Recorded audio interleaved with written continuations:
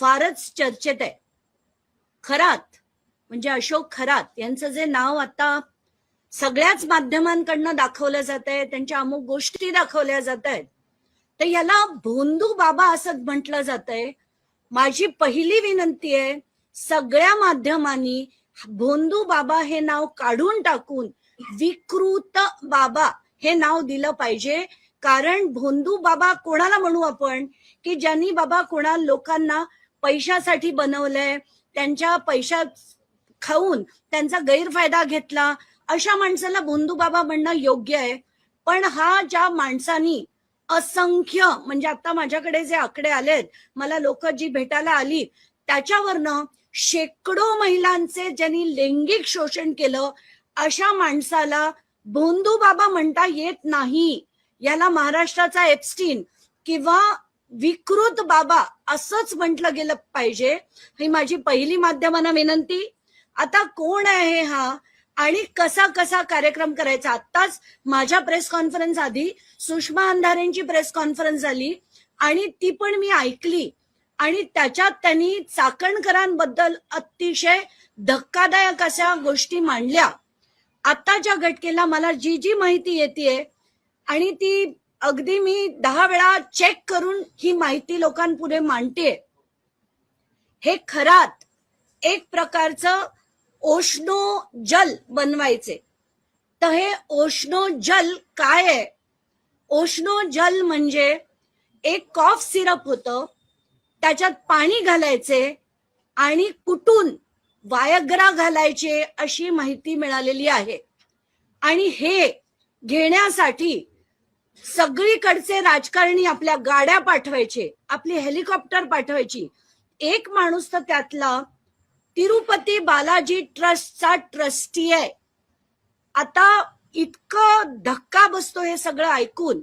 याच्यातली नावं जी आली आहेत बाहेर, ती सगळी महाराष्ट्राचे अनेक राजकारणी आहेत, अनेक. आणि त्याच्यात एक पक्ष म्हणून नाही, सगळ्या पक्षातली माणसं आहेत. ती अगदी थेट गाड्या पाठवून हे सो कॉल्ड ओशनो जल घ्यायला त्यांची माणसं पाठवायची. आता ओशनो जल नंतर हा माणूस काय करायचा? तर त्यांनी 2 प्रकारची सो कॉल्ड साधना करायची. त्याचं पहिलं नाव होतं ओशनो प्रे आणि सिद्ध प्रे. तर ओशनो प्रे म्हणजे काय? तर ओम ईशान्येश्वराय नमः असा जप 11 वेळा करायला ते सांगायचे. आता हे वार कुठले असायचे? तर श्रावणातले 4 सोमवार आणि महाशिवरात्र या दिवशी हे 2 प्रकार केले जायचे. एक म्हणजे ओशनो प्रे आणि दुसरं म्हणजे सिद्ध प्रे. तर ओशनो प्रे मध्ये काय व्हायचं ते मी तुम्हाला सांगते. ओशनो प्रे मध्ये ओम ईशान्येश्वराय नमः असा 11 वेळा जाप करायला ते सांगायचे. तो झाल्यानंतर शंकराच्या पिंडीवर असलेले एक हंडा जो असायचा तो हलायला लागायचा.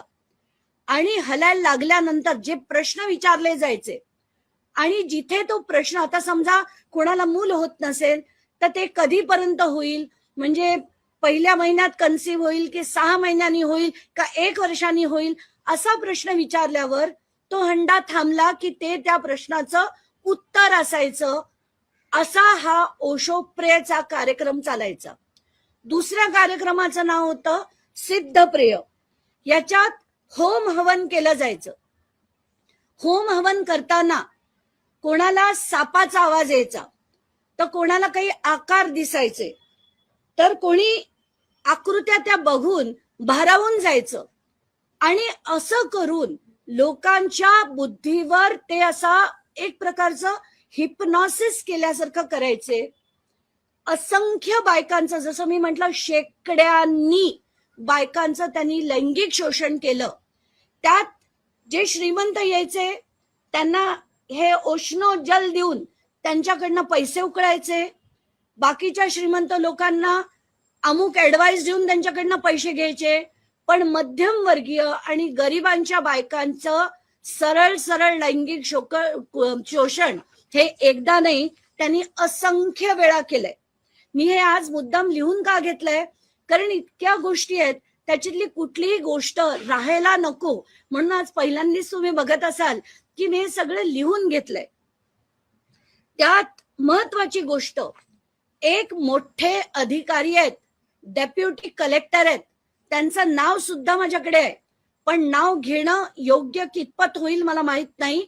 म्हणून मी म्हणते, मुंबईत कार्यरत असलेले एक डेप्युटी कलेक्टर आत्ताच्या घटकेला त्यांना पैसे पुरवतायत, त्यांना वकील पुरवतायत, त्यांना हवं नको ते बघतायत आज सुद्धा. आणि याच डेप्युटी कलेक्टरच्या मुलीचा सातबारा माझ्या हातात आहे. त्यांचा आणि अशोक खरातांचे फायनान्शियल रिलेशन्स आहेत. एवढंच नाही तर त्यांच्या जमिनी एकत्र आहेत. ते प्रूव्ह करण्यासाठी सुद्धा मी एक सातबारा माध्यमांना देणार आहे. आता अमोल मिटकरी यांनी देखील एक फोटो ट्विट केला होता. त्या फोटोमध्ये VSR च्या लोकांबरोबर हेच खरात होते. आत्ताच्या घटकेला त्यांचीही अशी शंका आहे की रुपाली चाकणकर, सुनील तटकरे हे दोघं त्यांचे भक्त, त्यात VSR बरोबरचे त्यांचे फोटो. तर याच व्यक्तीने कुठेही अजित पवारांचा घात केला आहे का असं त्यांना दाट संशय आहे आणि तसा त्यांनी ट्विट देखील केलाय. आता सगळ्यात महत्वाचे अनेक मुद्दे आहेत, त्यातले काही मांडते. एक तर हा माणूस लैंगिक शोषण करायचा, लोकांना लुटायचा, आणि तिसरं म्हणजे सावकारी करून हा सगळ्यांच्या जमिनी हडपायचा. माझ्याकडे एक जी माहिती आली आहे ती मला सोमवारी तुम्हाला द्यावी लागेल, कारण आधीच जर मी बोलले तर ते सावध होऊन सगळं बंद करतील. त्याच्यातलं एक उदाहरण मी तुम्हाला देते. साई सिल्वर नावाचं एक मंगल कार्यालय आहे जे शिर्डी येथे आहे, आणि या साई सिल्वर शेळके पाटील नावाचे जे व्यक्ती आहेत ते 3 भाऊ आहेत. त्यांच्याकडनं सुद्धा म्हणजे त्यांनी पैसे दिले होते आणि ते पैसे परत करता आले नाहीत, म्हणून त्यांचं मंगल कार्यालय सुद्धा या माणसांनी, या सावकार बाबांनी हडपलंय. आता 2 ते 3 आत्महत्याची प्रकरण या माणसांनी दाबली आहेत. विकास दिवटे नावाचं जे प्रकरण झालं होतं, जे शिर्डी पोलीस स्टेशनला रेकॉर्डेड आहे, त्या विकास दिवटेंच्या बऱ्याच गोष्टी आता बाहेर पडणं गरजेचं आहे. पण हे प्रकरण बंद करण्यात आलं. आत्ताच्या घटकेला मी त्याच्याबद्दल फारसं बोलणार नाही, पण वेळ पडली तर याच्या सगळ्या गोष्टी, कोण होते ते, काय संबंध होते, या सगळ्या गोष्टी मी माध्यमांपुढे आणेन. पण आत्ताच्या घटकेला गृहमंत्र्यांना माझी विनंती आहे की हे दाबलेलं, बंद केलेलं प्रकरण, याची फाईल रिओपन करण्यात यावी. म्हणजे याच्या मागे कोण कोण आहेत, आत्ताची जी माणसं आहेत ती कोण कोण आहेत, या सगळ्या गोष्टी बाहेर येतील. हे सगळेच्या सगळे सातबारे आहेत असंख्य गावांचे.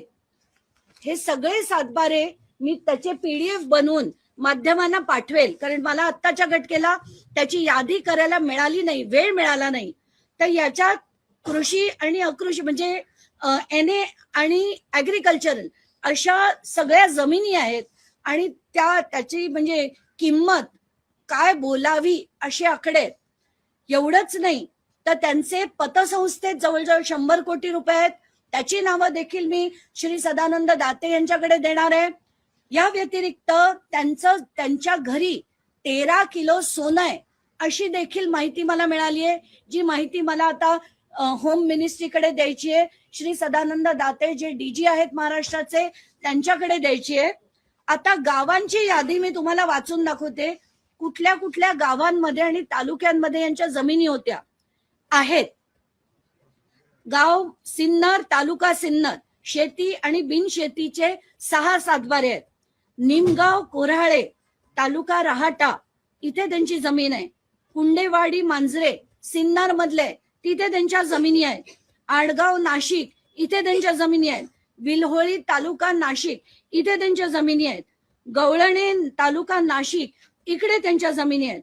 पाथर्डीमध्ये, नाशिकच्या पाथर्डीमध्ये 27 सातबारे माझ्याकडे आहेत, 27. नाशिक शहरात त्यांच्या जमिनी आहेत. मिरगाव, जिथे ते ईशान्येश्वर मंदिर आहे, तिथे सुद्धा मला वाटतं काही माध्यमांनी स्टोरी केली होती. तर ते ईशान्येश्वर मंदिर इथे त्यांच्या 10 जमिनी आहेत. शिर्डी, राहाटा इथे देखील त्यांच्या जमिनी आहेत. तर असे हे अशोक खरात, ज्यांच्या जे ओशनो जल, ज्याच्यामुळे हे सगळेच्या सगळे राजकारणी त्यांना भुरळ पाडली, त्यांची ताकद वापरून कोणाला मोठं केलं. आता हे सगळ्या गोष्टी बाहेर येणं गरजेचं आहे.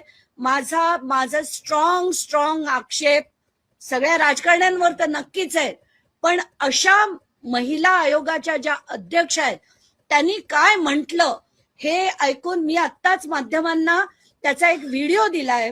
तो व्हिडिओ कृपया प्ले करा.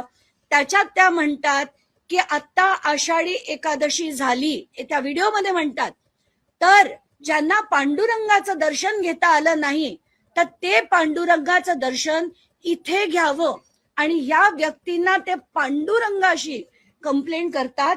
हे मला अतिशय शॉकिंग वाटतंय. माझा फोन कुठेतरी राहिला, मला वाटतं आत राहिला असेल, नाहीतर मी हे तुम्हाला ऐकवलं असतं की त्याच्यात आषाढी एकादशीला पांडुरंगाचं रूप तुमच्या समोर आहे आणि रुक्मिणी म्हणजे त्यांच्या पत्नीना, अशोक खरात त्यांच्या पत्नीना त्या पांडुरंगाची रुक्मिणी म्हणतात. थर्ड क्लास रुपाली चाकणकर, म्हणजे मला ना सौम्य शब्द आता वापरता येणार नाही तुमच्यासाठी. तुम्ही थर्ड क्लास आहात. आणि अशा बाईंना ज्या इतके अघोरी प्रकार करतात त्या बाईंना मला एकच सांगायचंय, खबरदार तुम्ही पांडुरंगाचं नाव जरी काढलं तर आता तुमच्या विरुद्ध लढायला महाराष्ट्राच्या प्रत्येक स्त्रीने हजर झालं पाहिजे.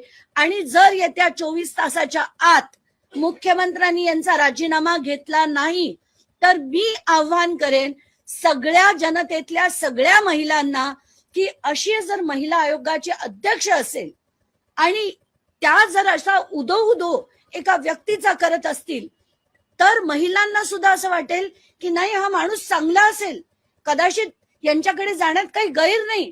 आणि अशात या असंख्य महिला अडकल्या असतील आणि ह्याचा दोष हा याच महिलांना म्हणजे रुपाली चाकणकरांना दिला पाहिजे. यांना 24 तासात बडतर्फ करा, राजीनामा नाही बडतर्फ करा, नाहीतर आम्ही आव्हान करू तारीख आणि वेळ देऊन. महाराष्ट्राच्या सगळ्या महिला नेत्यांना मी विनंती करेन की यांच्या विरुद्ध आपण एक मोठं आंदोलन केलं पाहिजे. जोपर्यंत ही बाई त्या महाराष्ट्राच्या अध्यक्षता पदावरनं जात नाही तोपर्यंत तिथे ठिय्या आंदोलन आपण दिलं पाहिजे असं मी आज जाहीर करते. महाराष्ट्राच्या उपमुख्यमंत्री, मुख्यमंत्री सगळ्यांना माझी विनंती आहे, सुनेत्रा पवारांना माझी विनंती आहे, तुम्ही एक महिला आहात, अशी बाई तुम्हाला महिला आयोगाच्या अध्यक्षपदी चालेल का? नसेल तर तुमच्या पक्षात आहेत, तात्काळ त्यांना बडतर्फ करा, राजीनामा नाही बडतर्फ करा असं सुनेत्रा पवारांना मी आवाहन करेन. आणि गृहमंत्री जर आज काही बोलले नाहीत तर त्यांना मी गृहमंत्री पण म्हणणार नाही, त्यांना मुख्यमंत्री पण म्हणणार नाही. आणि महिलांचा इतका म्हणजे किळसवाणी घाण वाटली. काल मी त्यातले जे काही 1-2 व्हिडिओ बाहेर आले होते, मी त्याच्यातले असंख्य व्हिडिओ बघितले आणि म्हणून हा इतका मनस्ताप झालाय मला.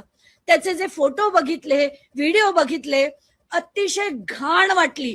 त्याचे पीडित लोकांशी जेव्हा बोलले खूप घाण वाटली. आणि मला असं वाटतंय आत्ताच्या घटकेला ताबडतोब रुपाली चाकणकरांचा राजीनामा, त्यांना अटक, त्यांची चौकशी ही तात्काळ झाली पाहिजे.